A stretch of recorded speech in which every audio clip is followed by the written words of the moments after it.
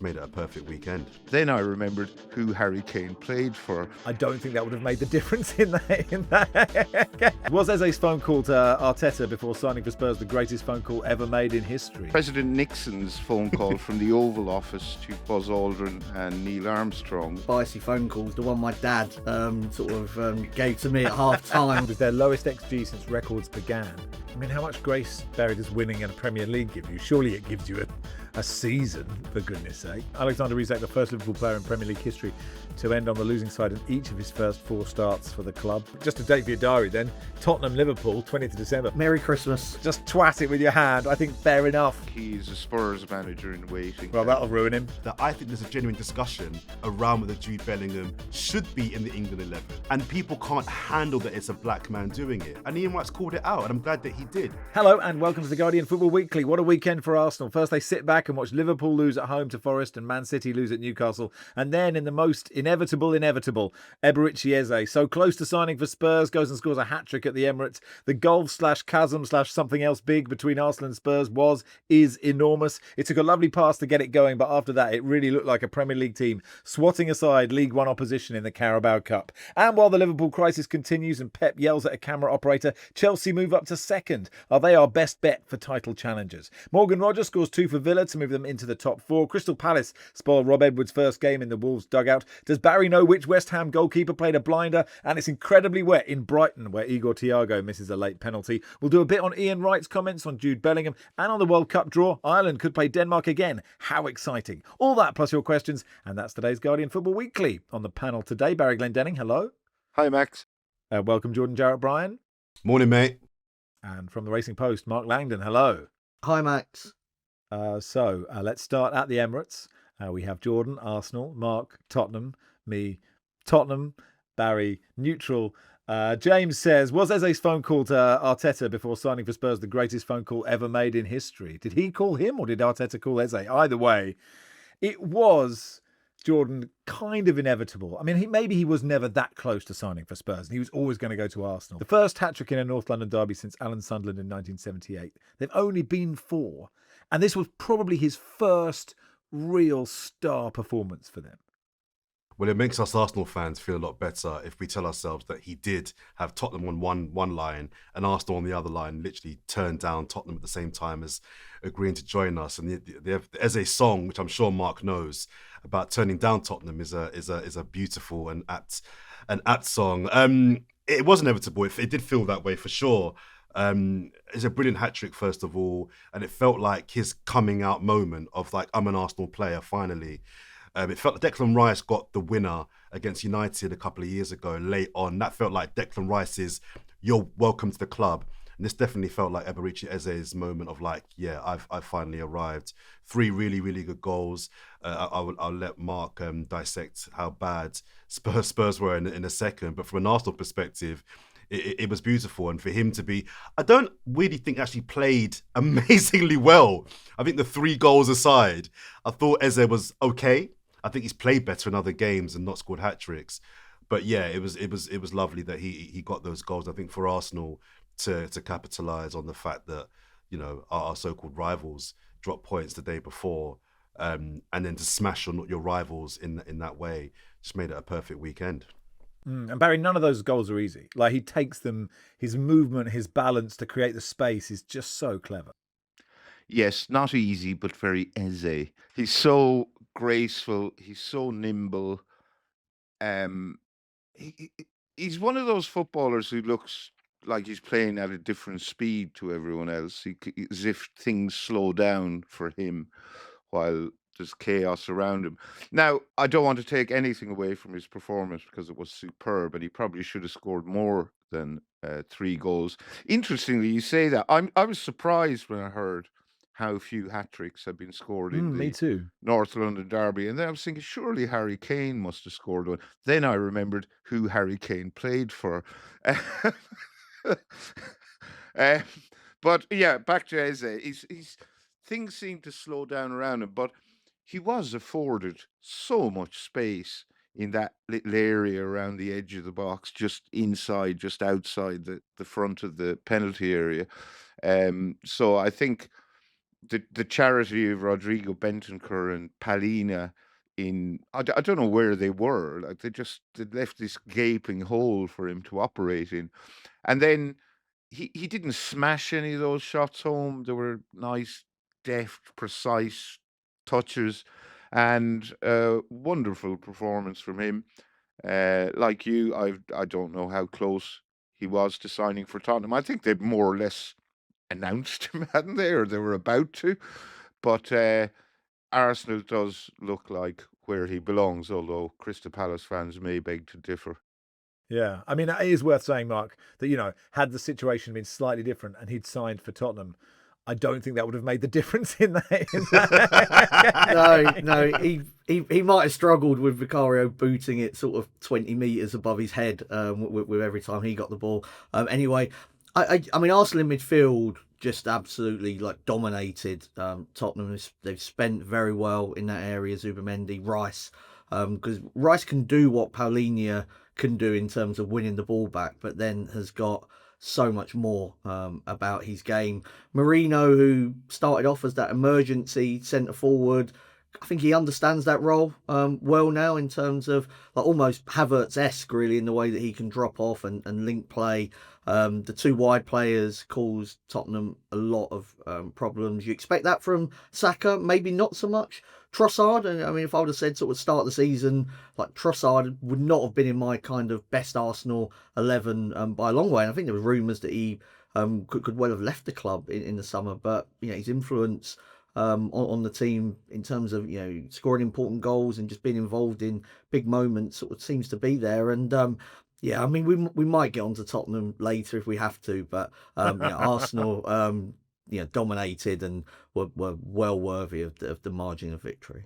Just before we get on to Spurs, because I'm going to enjoy that bit as well, I think Mark's right to flag Trossard. He's a player that I actually wasn't too upset hearing that he may be leaving in the summer. I think he's a moments player. I think he's a brilliant squad player, but I had doubts about whether he could be Arsenal's starting left winger in a team winning the Premier League. And he's shut me up. I think he's been brilliant this season. I think if Timber can add quality crosses to his game, I think he could be in that conversation as one of the best right backs in the world, because defensively, you just can't beat him. He's so good. Marino was great as well. Hincapié came in. I don't think you even noticed him. So Gabriel wasn't missed in anywhere at all. And I think it's actually a reflection on the quality of the league, if I'm to be honest, because some people say when there are other clubs that emerge in the top part of the table, that's a sign of a healthy league. I'm not so sure. I think the fact that Man City can't put a run together, the champions are 11th. If Spurs would have won yesterday, I think they could have gone 3rd or 4th. So Tottenham are absolutely awful yesterday. But if they'd have won that game, they could have still been pretty high in the table. I'm not so sure that's a good thing for the league in terms of its overall quality. Arsenal fans won't care. They won the game. They may win the league. But I think that there's something about the fact that there's so many teams at the top that aren't particularly good, that says something about the quality overall of this Premier League. I mean, it's quite the if Tottenham had won this game. It's a big if. It's a big if. Given what we saw, Barry. No, you asked if Eze's phone call to Mikel Arteta was the most important ever made, and I've just been Googling. President Nixon's phone call from the Oval Office to Buzz Aldrin and Neil Armstrong in 1969 is widely credited with being the most important, followed by Alexander Graham Bell's first ever phone call to his assistant, Mr. Watson, come here, I want to see you. So maybe it's top 3.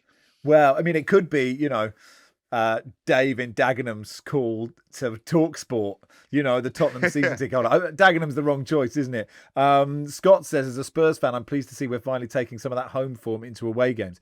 It isn't just that they lost, Mark, and it isn't just that they lost heavily, but honestly, and I understand, Thomas Frank has looked at those squads and said, we're not as good as them, so we need to be tight and win second balls and set pieces and blah, blah, blah. But just watching every time they get a free kick, just Vicario ushering everyone forward and going, I've seen Cambridge do this against, Man United in the FA Cup. That's sort of what I was watching.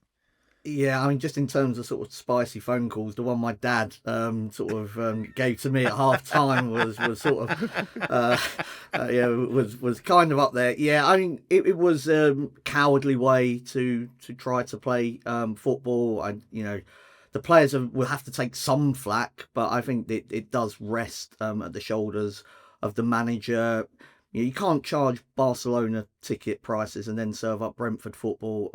He won't survive the season carrying on like that. And it is on him to try to get the team to play in a more progressive manner. I mean, against PSG right at the start of the season in the Super Cup, they played the same formation. It was a back five.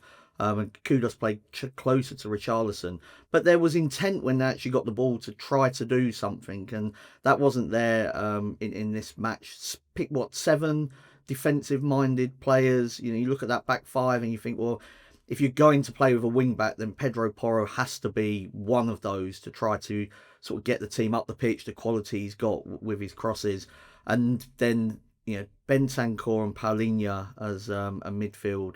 2 with 5 defenders, I think is outrageous, and it's no surprise that they can't progress the ball up the pitch when you're playing that defensively. If you look at the 4th goal, I think it's Jed Spence starts with a throw-in in a pretty progressive position, sort of halfway sort of into the Arsenal half.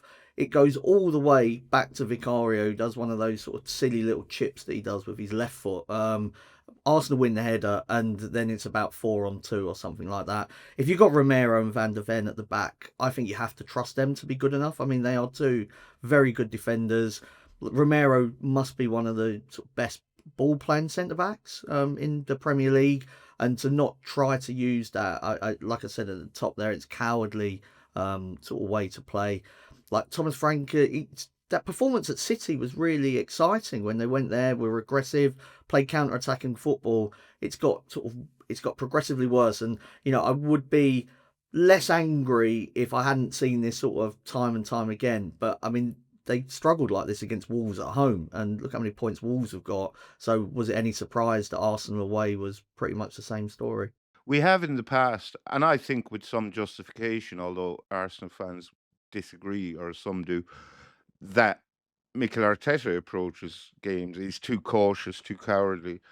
But I was shocked by this from Thomas Frank, because he clearly set out to not lose. But even though the first 35 minutes were a bit of a non-event as a game, it never, ever looked like Spurs were not going to get beaten in this game.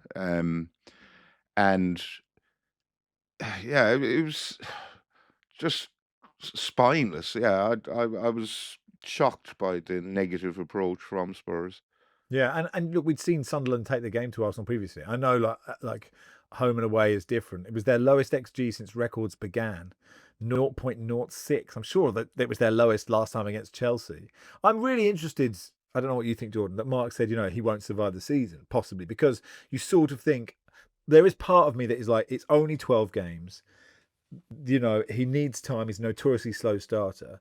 But like we said in the preview pod, if he wins this game, that is so massive for him, right? But losing this game in this manner, the pressure is so on. They've got PSG away next. Looking forward to that one, Max. Yeah, I bet. Like, the question is sort of how bad can it get, how quickly? Because Tottenham surely can't replace. I'm sort of surprised we're even having that conversation. Me too, but I'm hearing from some of my Spurs fans that they're not, frank out, but the conversation around, as Marcus said, how long he's got or how long he's got to turn this around is a conversation which is surprising to me. In our Guardian season preview, I had Spurs finishing 3rd, not because I rate Spurs, but because I rate him really highly, and I thought that the force of Frank will outpower the Spursiness of Spurs. But he's struggling, and I would be stunned if he didn't get the season. I think if he can get some players back and he can implement his way. It might be a slow burn. It might get worse before it gets better. I would stick with him. I think he's a brilliant manager. Given time and the right resources, I think he can do a good job. But there is a conversation around whether that leap from your Brentfords, your Bournemouths, your Brightons to a top club, is that leap for most managers just a leap too far? I still have faith that he will turn it around, but it's not looking good. And the underlying data, which Frank will be fully aware of, given that he was at Brentford and he's referenced XG previously, on expected goal difference, look, Tottenham are bottom 3 with that. The only teams worse are West Ham and Burnley. So, like, this isn't like a one-off. This has happened now for most of the season, I would say 9 or 10 matches. And like, Nuno wasn't given that long, and sort of for the same kind of reasons. And while they're not new owners, it is like a new kind of leadership team right at the top of the club, and I don't think they will want to be associated with this type of football for too much longer. Sure, but what would you do, Mark? I mean, like, you're the season ticket holder here. Well, I'd stick with Frank for now, because I think you have to try something, don't you? Otherwise, you just end up jumping from manager to manager. But like, I would say, if in the next sort of 4 to 6 weeks there aren't signs of improvement, and Solanke and Kulusevski, when they return, will make a difference to that attack. But there's only so much you can do if the tactic is to like just hoof the ball forward. And like the Richarlison's goal was a delightful finish, but it does come from like a tackle, which was about the best thing that Tottenham did all day. The one thing I'd say in Tottenham's favour is, and I'm clutching at straws here, I think, is the fact that they do have some really key players out injured. But I think the fact that those players were injured before the season started, or very, very early in the season. I can't remember exactly when Maddison did his knee. Before pre-season, wasn't it? Pre-season. Is that it tends to be forgotten that they're injured, and that they're huge losses, Kulusevski and Maddison and Solanke, not to a certain extent, I suppose. But people seem to have forgotten about them. So say, by comparison, last season when Arsenal had various players dropping like flies, we were constantly aware of these absences because we saw it happen. And I could be talking cobblers, but these players are not used to playing these tactics. These are sort of, Kudus and I suppose he plays for West Ham, so maybe he is. But like Xavi Simons, all these guys who are really good aren't used to playing that. And if they lose faith in the manager, because if you're not getting results, it's a bit like the conversation you've had about Jose and Conte before, that you just go, hang on, this is what we're doing. We're just waiting for Kevin Danso to jog up and hurl another one in the box. This isn't why, I was the best player in my school/academy/country, blah, blah, blah. Anyway, we'll see. It does look like Arsenal in great position for the title. I mean, I think a lot of us had written Liverpool out of the title race before this game, but they lost 3-0 at home to Nottingham Forest. They've lost 6 games already this season. I have said it before, and it doesn't mean you can't analyse their games, but I am just one voice, but I'm giving them a total pass for the whole season because of Diogo Jota's death. Other people are less sympathetic, but I think it is worth referencing every time we talk about them.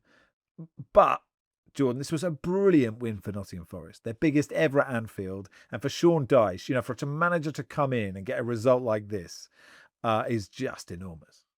And it should have been more. They had a legitimate goal, in my opinion, ruled out as well. It should have been worse. I think Liverpool started the game really well. They had a period in the first 30 minutes, I would say, where they looked, maybe less than that. They looked like they were, back to themselves. They were moving the ball pretty well, I thought. They were getting forward well. They looked okay. But it's just that thing of the minute you get a sucker punch at the other end, it kind of just deflates all confidence in what you've been trying to build towards. And that gave Forest the confidence to be like, actually, we can win this. They won there last year as well, so they seem to in recent years like playing at Anfield. But massive win for Forest. But I think from a Liverpool perspective, it's quite embarrassing. And I think you framed the question correctly. I think I actually had Liverpool still in the title race. I think Arsenal's win yesterday, Liverpool are done now. If they weren't done before, they're definitely done now. And their battle now is to try and keep in the top 4. And similarly, conversations around Frank's future at Spurs. I am starting to hear Liverpool fans talking about, actually, can Arne Slot turn this around? And the idea that you won a Premier League in your first year the previous season, isn't seeming to hold much truck with Liverpool fans, because they say, the ones I'm speaking to, that was last year. We're Liverpool Football Club. You can't lose 6 out of 12 league games. That's half your game. That just can't happen. And they're not seeing any signs that they believe he can turn it around. So that'll be a conversation I'm sure will develop in the next couple of weeks if they continue to lose games. But from a Forest perspective, huge win. They needed that. Dyche needed that as well. And I think they'll kick on from here on in. I mean, how much grace, Barry, does winning in a Premier League give you? Surely it gives you a season, for goodness sake. I would think it should, but football fans and a lot of club owners are very, very impatient and intolerant of failure. I've no idea how the head guys at Fenway Sports Group are feeling about this. Probably not particularly happy. But I had written Liverpool's title chances off, but I didn't see this coming. Like a 3-0 hiding at home, which, as Jordan says, could have been worse. I did hear some Liverpool fans, just to touch on what you were saying about Diogo Jota. I heard some Liverpool fans, I think, can't remember, it was on TV anyway, but they were saying that they think Anfield should stop singing the Diogo Jota song on the 20th minute, is it, of every home game, because they're starting to think it might be getting in the players' heads. This game, they were very dominant for the first 20 minutes, and then things went south for them. That could be a complete coincidence, but I just thought it was worth commenting on. But Virgil van Dijk spoke after the game about them losing battles, not winning second balls. There's too many senior players in that team just not performing. Virgil being one of them, Ibrahima Konate, Mo Salah, and the new signings haven't worked out yet, or most of them haven't. So they won't win the title. It would take an absolute miracle for anyone to stop Arsenal, I think. But what degree of failure is acceptable, I suppose, is the question. Alexander Isak, the first Liverpool player in Premier League history to end on the losing side in each of his first 4 starts for the club. 6 defeats in 7 in the league for Arne Slot-Smith. I mean, that is... God, you forget they won their first 5, Mark. I mean, it seems so long ago. But what do you make of the Liverpool situation? I mean, you mentioned Isak there. I mean, he was terrible on Saturday. Like, doesn't feel like he fits into that team. And I know that he missed pre-season, but I mean, we're coming up to, it's nearly December now. Like, the idea that he shouldn't be in rhythm, he just doesn't at the moment. You know, early days, but at the moment, he just doesn't feel like he fits into that team. Really, I think the selection's a mess. Like, if you think that they kind of ended up with Szoboszlai right back, Gravenberch at centre back, like that sort of feels like a manager panicking and not quite knowing what he's doing, or unsure of what he's trying to do. All the signings really have been poor. You know, Wirtz didn't start. I think Kirkez has been very vulnerable at left back, and then Salah is completely off his game. There was one moment in the second half when, like, he went to cross the ball with the outside of his boot, and he just, like, went off the wrong part and just sort of flew in the opposite direction. And yeah, he's been completely unsure of himself. That relationship with Trent Alexander-Arnold was one of the reasons why Liverpool were so strong last season. So you know, I think his absence is being felt. Those that are questioning Slot, I think is more about the case of, like, first season, was it mainly like Jurgen Klopp, what he was building towards, and he was kind of able to just add a bit, and now he's got to do it by himself, and you know, it's not happening. So I think that's the reasons why. But on Forest, they were back to kind of being how they were under Nuno Murillo, particularly at centre back, was just outstanding the whole game, the way he blocks everything. Yeah, really a defender I enjoy watching. Yeah, Elliot Anderson as well made one brilliant block, didn't he, from McAllister. Just a date for your diary then. Tottenham-Liverpool, 20th of December, 5:30. It'll be absolute terrible. It'll be the worst game Merry of football. Christmas. Merry Christmas. Anyone's ever seen. Look, you never know. Liverpool could click, couldn't they, after Christmas? We shall see. Newcastle 2, Manchester City 1. David says Manchester City are looking propitious, aren't they? I checked it. It's the closest word to being the opposite of ominous. Yeah, I mean, they lost to Newcastle just at the time when we thought this was they were going to turn the screw. It was a really Well, good game. didn't Pep say they were going to turn the screw? His big message Yeah. on Friday was the season starts now. We've had our international breaks. We were 11 games in. This is when the season starts. And, well... Well, that camera operator took it in the ear, didn't he? I thought maybe he was saying, I said it started here. Or maybe he said, you are so good at your camera work. Anyway, it was a really good game, this, Mark. Lots of incredibly, early, sort of the misses got worse and worse, did they? Or maybe not. Because Haaland's miss was sort of bad for him. Barnes is amazing. And then Foden, you think, well, that's definitely going in the corner. So you just thought no one will score in this game. Foden's, I think, was the worst of them, and if that goes in, maybe you have got a different game. I think you mentioned it there, just how just a really fun match to watch. Probably the game of the weekend, just in terms of the quality on show. Harvey Barnes' winning goal, I don't actually think there's been enough credit sort of given to that one, because it's not an easy skill, the way that he kind of flicks it in. I agree.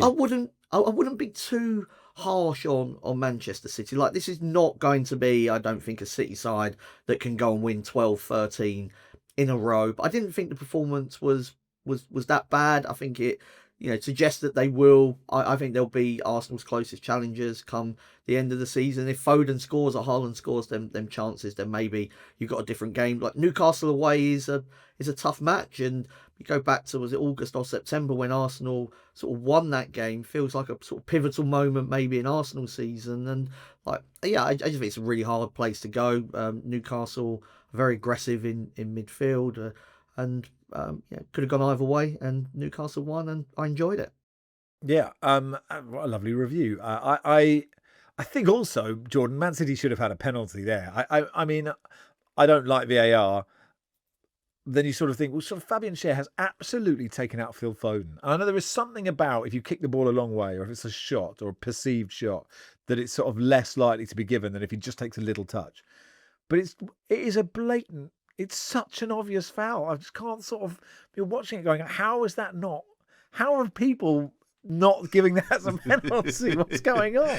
It's a shocker. It's a blatant penalty. It's not even a debate. It's a clear penalty. And you're right. For someone to see that and to not straight away be like, that's a penalty. It's not even debate. It's not like a contentious one. It's a clear penalty.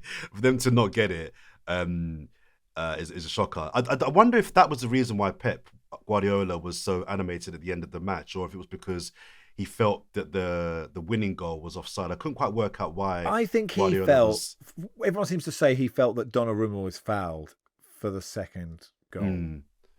Okay. But I don't know. I don't think he was. I thought Rob Green was on Match of the Day, so I've explained it quite well, going, I don't think he was. But I mean, Pep is right to, if he was going to be angry, and I don't think it's the camera operator's fault, but if he, that is a penalty, and that just changed that game, I guess. It is, and it probably does change the game as well. But I think there's a bigger issue with City, that everyone was waxing lyrical about City after the Liverpool win. City are back, watch out Arsenal, City are coming. And although it was a really good win, in that Liverpool game, Liverpool could have had a couple of goals. I mean, they had a legitimate goal ruled out, I felt, and then a couple other chances to score in that game. I don't think City... I'm just not having City. And what I mean by that is they'll win lots of games, but they're still very easy to create chances against. They concede a lot of goals still. And, it's been flagged before, but if Haaland doesn't score, they do seem to struggle to kind of get enough goals to kind of get maximum points from games. So as much as I think they were maybe unlucky, I agree with Mark. I thought City did play quite well in this match. This defeat wasn't a massive surprise for me.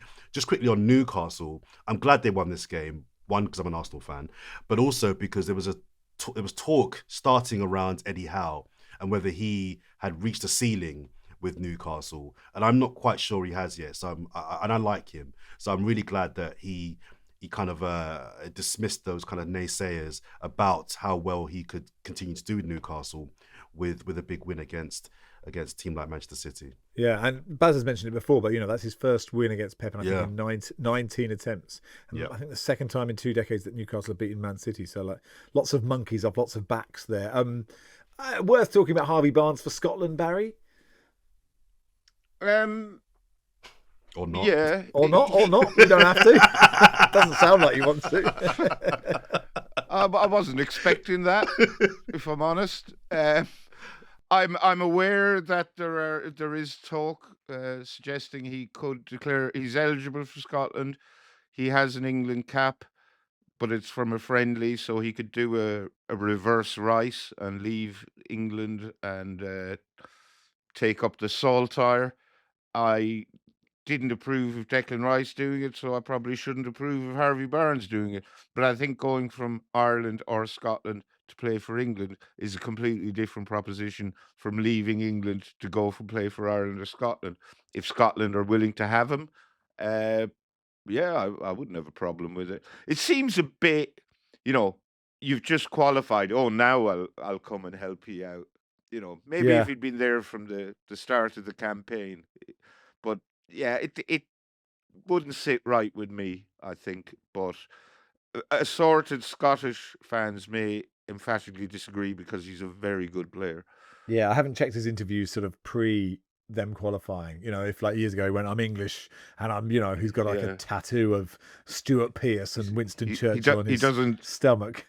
He doesn't spend his leisure time walking around Jesmond painting roundabouts. but when he was interviewed about it after Scotland qualified, he was just like, haven't really thought about it, but it was a great win for the lads. Okay, the new. Yeah, exactly. Yeah. Chelsea are second. They beat Burnley 2-0, 6 points behind Arsenal. Are they our only hope? Obi-Wan? What do you think, Mark? I mean, this looked like a game they were going to win. They are, I think we've said it a lot of time, quite difficult to analyse, but are they starting to take shape? Yeah, I mean, a massive game, isn't there, on at the weekend? If they beat Arsenal within 3 points, so you can't. I don't think the title's sort of done yet. I sort of always disagree with those that kind of 1 week it's over and another week it's back on. Like we are, there's still plenty of games to go. I think Chelsea probably tactically are one of the most flexible and interesting teams in the league. I think Maresca really thinks about the what they do with and without the ball, probably in more detail or as much detail as anyone else in the Premier League. And they had a rough sort of first 15-20 minutes, didn't they, in this game? You wonder whether Burnley might catch them cold, but there's so much width to the team with Neto and Gittins. They stretch teams, and then the long balls from Tosin over the top, and eventually that proved dividends. They did it without Caicedo, and Santos came in and played very well, and they just have got I don't know if you've heard this, Max, they've got a lot of players, and sort of the squad depth is significant, and that is going to sort of stand them in good stead. I think Maresca's coming up with the makings of what his best team is, and one player I would just shout out would be Cucurella, who sort of brings that team to life with the way that he's able to come into midfield and kind of do exactly what Maresca wants of him. And his influence on the Chelsea team from sort of nominally left back, you see it, don't you, in newspapers and on websites, these starting 11s now, and Cucurella is playing here on this left back position, but he probably spends about 5 minutes of the entire 90 minutes playing in that position. So I don't know if there's a way that kind of us journalists need to portray what sort of football lineups are now. You can't take away the. Could we have a moving GIF? Could you have a moving GIF? Maybe a moving gift online to sort of show where they go as the match. I mean, it depends who, right? If it's Paulinho and Bentancur, it doesn't have to move at all, Mark. It's so you can stay old school. Barry, Jordan, did you want to come in on Chelsea at all, or? Look, they were far from the best in this game, but they were good enough. They left it late to put the game beyond Burnley. I think the main talking point about Chelsea has to be Cole Palmer stubbing his toe. And then the revelation from Enzo Maresca that he gets up in the middle of the night several times and to go to the toilet and constantly bangs his head, his legs and everything. That really had me thinking, what is he doing? Does he live on a boat? It has to be that he either lives on a boat in very choppy waters, or obviously he stays in a lot of hotels where maybe the rooms aren't, as familiar to him as... He lives with the borrowers. That's his issue, isn't it? He's living in a matchbox. Jordan? Just quickly, I think Mark mentions the game on the weekend between the top two. It could be the top two by the point of kickoff. I mean, I said I wasn't having City. I'm definitely not having Chelsea. I think that they are getting better. I think they're a good team.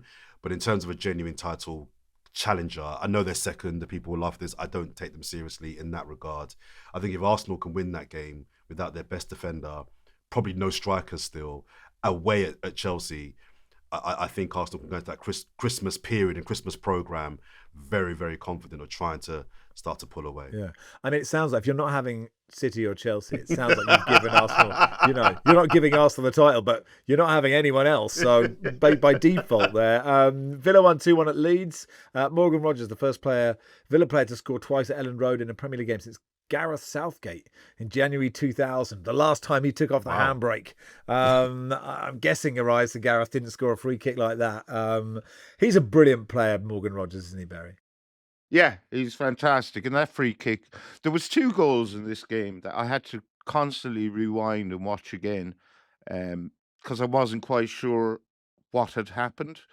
The first one in this game, which was real goal of the season contender, that Leeds goal, somehow went in through a series of ricochets and woodwork and whatnot. And I think everyone seemed to be waiting for it to be disallowed for something or other, but it wasn't. And I don't think it should have been. But yeah, that was a real scruff bag of a goal. But the Rodgers free kick was just superb because he didn't hit it at all hard. Joe Hart gave a very good breakdown of it on Match of the Day too last night. And the technique, just to leave the Leeds goalkeeper completely flat-footed, but the Leeds goalkeeper didn't really do anything wrong. He's just completely deceived by the manner in which Rodgers stepped up to take this goal.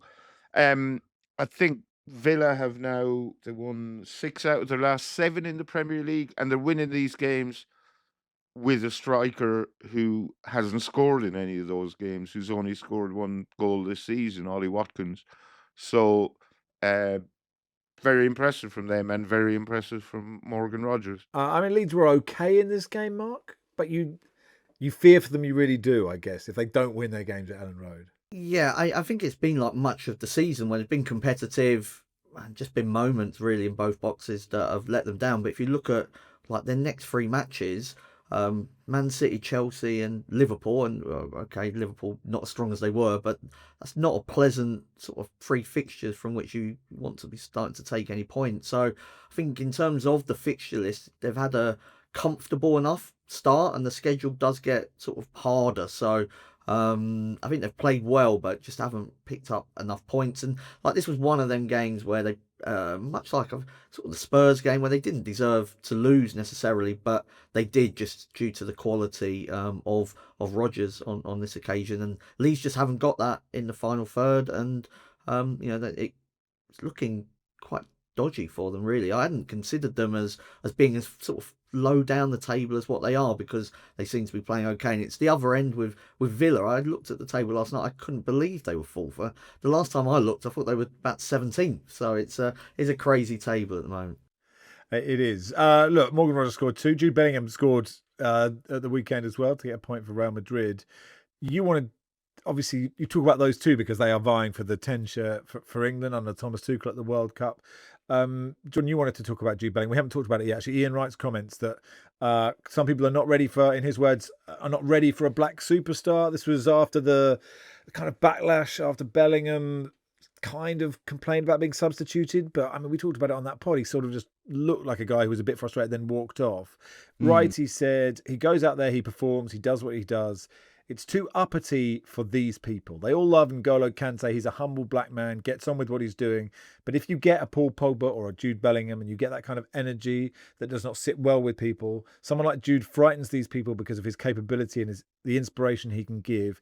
If you're outspoken black and playing to that level and not caring, that frightens certain people. It's a tiring exercise to speak about. What did you make of what Wrighty said? I thought it was really appropriate that that education came from Ian Wright, because Ian Wright was to maybe a lesser degree, but Ian Wright was the Bellingham 20, 30 years ago. And coming from him, I just thought was so great. Ian Wright is a massive part of the reason why I support Arsenal, right? Because Ian Wright, he looked like the black men that were in my life when I was young, right? My mother has a gold tooth. My father has a gold tooth. The black men in my life, many of them had a gold tooth. Ian Wright's from not far from where I'm from in South London. He came into football with an exuberance and an energy when he scored goals. There's the iconic Bogle dance. And those who have Jamaican heritage will know the Bogle dance that I'm referring to. He did things that were disruptive to the game. He came in and he was seen as quite brash.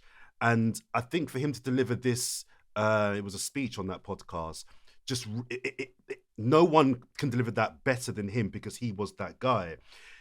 Ian Wright, he mentioned the Pogba and the Kante comparison, which I thought was perfect. I've also made that comparison for years. In this country, we don't like people who are confident. We don't like people who are even arrogant. We like people who kind of just know their role.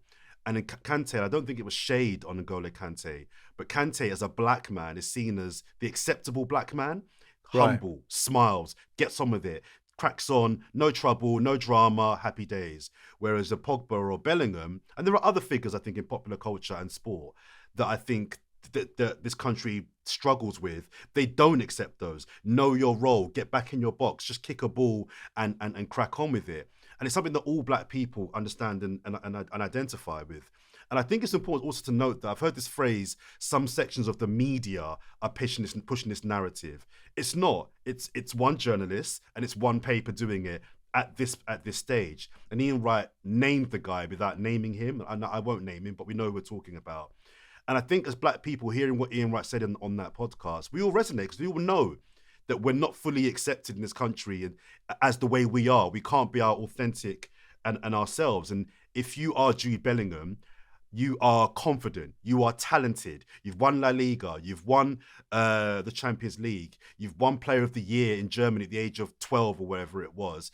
He comes with all these amazing things. He's scoring bicycle kicks at Euros to save England from getting knocked out at the Euros in the round of 16. All these things are great.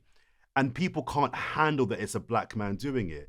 People often compare, oh yeah, but Beckham, but Gascoigne, oh, but Rooney. But the difference between those guys that got heat from the media and Bellingham, Max, is that those individuals did things that to some degree warranted a response. One of those players got sent off for petulance at a World Cup. One of those players was shouting down the barrel of an ITV camera after a game, berating the nation for the lack of support and was doing things off the field which were not particularly appropriate. One of those guys was going to major tournaments, getting pissed up. Bellingham's done none of that. So you have to deduce from the writings of this particular journalist that there's an agenda against this particular individual. And Ian Wright's called it out. And I'm glad that he did because it's not acceptable. But as black people, we understand there's a way to be in this country. There's a wider discourse around what it means to be English in this country, what it means to be British in this country, and who's accepted and who's not, who's allowed to have a voice and who's allowed to, enjoy the merits and the great things about being in this country and who's not.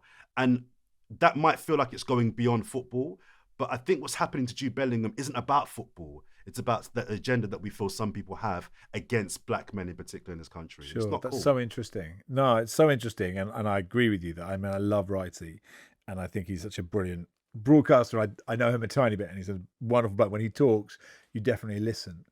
And this isn't a kind of devil's advocate thing at all. But what's important is you need to be, you as part of the media, we need to be able to criticize Jude Bellingham as we would criticize anybody, right? Because I don't think he's been brilliant for England yet. He did score that amazing overhead kick. So you need to be able to do that, and that should be, and I suppose no one's saying you can't do that, but that is an interesting part of this discussion, I guess. Or you see they're two separate things. Well, the irony is that I think there's a genuine discussion around whether Jude Bellingham should be in the England 11. I think there's a footballing discussion around that because I think for the brilliant player that he is, I think that positionally he can be quite ill-disciplined.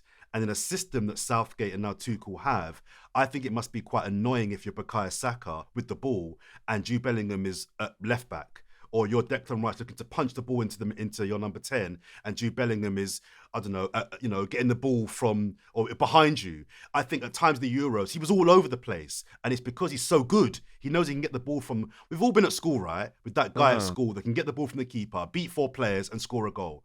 That's Jude Bellingham. But in a system, I'm not sure that necessarily works. So there's a fair debate to be had around whether Jude Bellingham in this 11 actually is a net positive for England. But that in the writings of this journalist aren't coming through.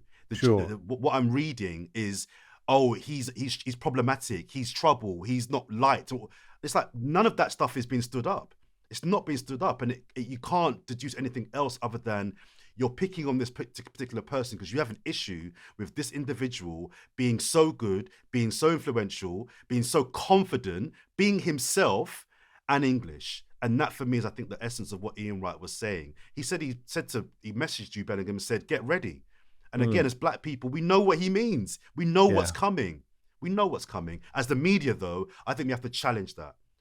This journalist is entitled, sorry, my last point. This journalist is entitled to his view. He's allowed to write what he wants. That's fair enough.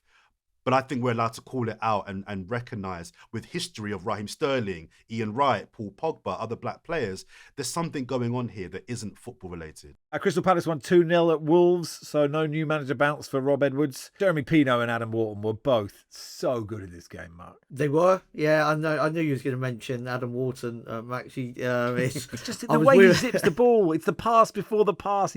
I'm pressing this big Adam Wharton button. He's so good. I was with a Crystal Palace fan last week, and I just questioned. And it wasn't my agenda to push, but the kind of the belief is that maybe he lacks the athleticism to get around the pitch, and that's maybe why Tuchel's not a massive fan, and why maybe he's still at Crystal Palace. And then for one of the goals there, he does zip in and win the ball and show that he's capable of doing that. He is a wonderful player. Crystal Palace are lucky to have him. Pino has come in, hasn't played every match, but I think he looked dangerous when he has been on the pitch. And like Crystal Palace, I think are just legitimately a very good team. And like they would be in this conversation, I think, for like it might be top 5. But the problem will be just squad depth. But their 11, when it's on the pitch, is just very, very good. And I did see Rob Edwards say that this was like a close game. But I mean, Wolves had one shot on target in the 90 minutes, and it didn't look that close to me, I didn't think. Yeah, Rob Edwards says, I know we've lost and everyone will be flattened by it, but I've been here 5 or 6 days and I haven't got a magic wand. And I did say this to you yesterday, Barry, but I wish he'd said, but I do have a magic wand, and then tried some magic for the cameras. Yeah. I do have a magic wand. I left it in Middlesbrough, but it is being UPS'd down. I should have it by the next game. Yeah, I mean, Wolves, if they get out of this, it'll be absolutely extraordinary. Bournemouth 2, West Ham 2. Bournemouth and Brighton. The weather, it's like horizontal rain. It looks so sad, didn't it? It's worth saying, Barry, Callum Wilson, those 2 finishes are absolute top level, aren't they? Brilliant. The way he chests the ball down for both of them and sort of turned on the proverbial sixpence to score. Really good goals from him.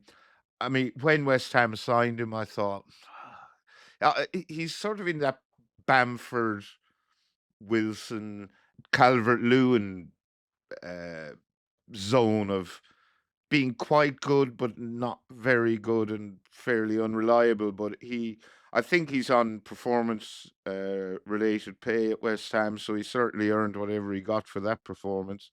I hope he got plenty. If I was a West Ham fan, I wouldn't really know what to make of this result. It's a good point away from home with Bournemouth, but they were 2-0 up. They sat back, a very cautious approach in the second half, conceded 2, and were ultimately very lucky not to lose, because if it hadn't been for the heroics of Alphonse Fabianski, they would definitely have lost. And yeah, so I would say, having had a couple of days to think about it, West Ham fans would probably say good point. Jordan Iraola wanted a red card for that Max Kilman handball. And I mean, I think he has a point. As a handball denier myself and not wanting any of this penalised, if you slide across the pitch and then just twat it with your hand, I think fair enough. That is a penalty and probably a red. I think so too. I think he's right in calling for that. And again, I think the decision we referred to earlier on the pod, this was another really, really bad one. Quite an obvious one. I don't understand how such obvious decisions they're getting them wrong. And the only thing I want to say about Areola on this one is that, and I've kind of got a bit of a manager theme I've realised on this podcast here today. But he's having a really difficult run of form, to be fair. But I think everybody rates him quite highly. But where does he go next? Because you look at the Thomas Frank and those are guys that have made that jump up. Do we think that Areola is really, really good at that level? But if he was to go to a Liverpool next year, say, or a Chelsea, that he would struggle. I can't quite place. I really rate him, but I don't know if it translates. I know, Barry, you're a fan of Areola as well. But do you think he has it in him to, at a top six club, do well? I very much think he's a Spurs manager in waiting. Okay. Well, that'll ruin him. I think he could whip them into shape. So I'm a big Thomas Frank fan, but if Frank did get his cards, then I would like to see Areola get that job just to see how it would break him. But it is, I think it is interesting that because I think like Manchester City, if Pep Guardiola decides enough's enough, Areola would be, I think, really suited to that Man City job just stylistically. But I think when you are a manager that's managed at that level, like if Man City draw against West Ham, it might be leading the podcast, and there's sort of 20 minutes going on about how Areola's not up to the task of managing Manchester City, and he's flawed what he's trying to do. And yet, because it's at Bournemouth, and I know they've got different resources, but every bad result it's just forgotten about unless you support Bournemouth and kind of are really involved at kind of a local level. You don't care and just move on. Whereas it's completely different when you're at a Liverpool City and you drop any points. It's always a disaster. Yeah, I mean, I like the fact that you think this podcast has the power to set the agenda as we do. Thomas Frank be packing away his things already, won't he? To the Amex, Brighton beat Brentford 2-1. I think those two penalties are interesting, Barry. In the Igor Thiago, when you do a stutter and then you send the keeper the wrong way, it looks really good. But if you do a stutter and then you just kick it to the keeper, you're just like, are you stuttering because you have a stutter, or you're not? What's the stutter about here? If you understand the question. Are you saying Igor Thiago is a scat man? He stutters when he sings. Basically. Yeah, I don't know. I do know Keith Andrews afterwards was complaining about the amount of time it takes to take a penalty, with all the faffing around. And maybe he has a point. But then isn't Keith Andrews the coach who recently decided to make multiple substitutions between a penalty being awarded to a rival team and that penalty being taken? So, either shit or get off the pot, Keith. I can't remember the game in question, but I do remember Keith Andrews doing that, and I think, that was clever. I'm fairly certain it was him. But look, sometimes you miss penalties, and that was a costly one. It was, yeah. A wonderful goal from Danny Welbeck. The ball from Minter, who is a really exciting player, was great in the finish. Brilliant cross. Absolutely perfect. Get him on the plane. Finally, Fulham 1, Sunderland 0. What do you make of this, Baz? Very little. I saw it in its entirety. Another just rain. That's my overriding. Rain. Miserable day beside the Thames. Well, a game that was very low on quality. Neither team was anywhere near their best, and Fulham nicked it towards the end with another brilliant cross from Chukwueze, and Raul Jimenez was on hand to stab the ball home. Fulham probably deserved it. No complaints here.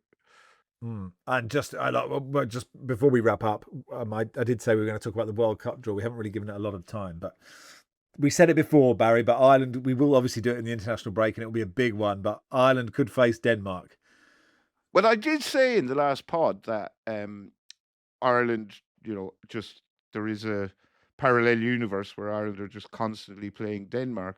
And then I checked, Ireland haven't played Denmark for 6 years.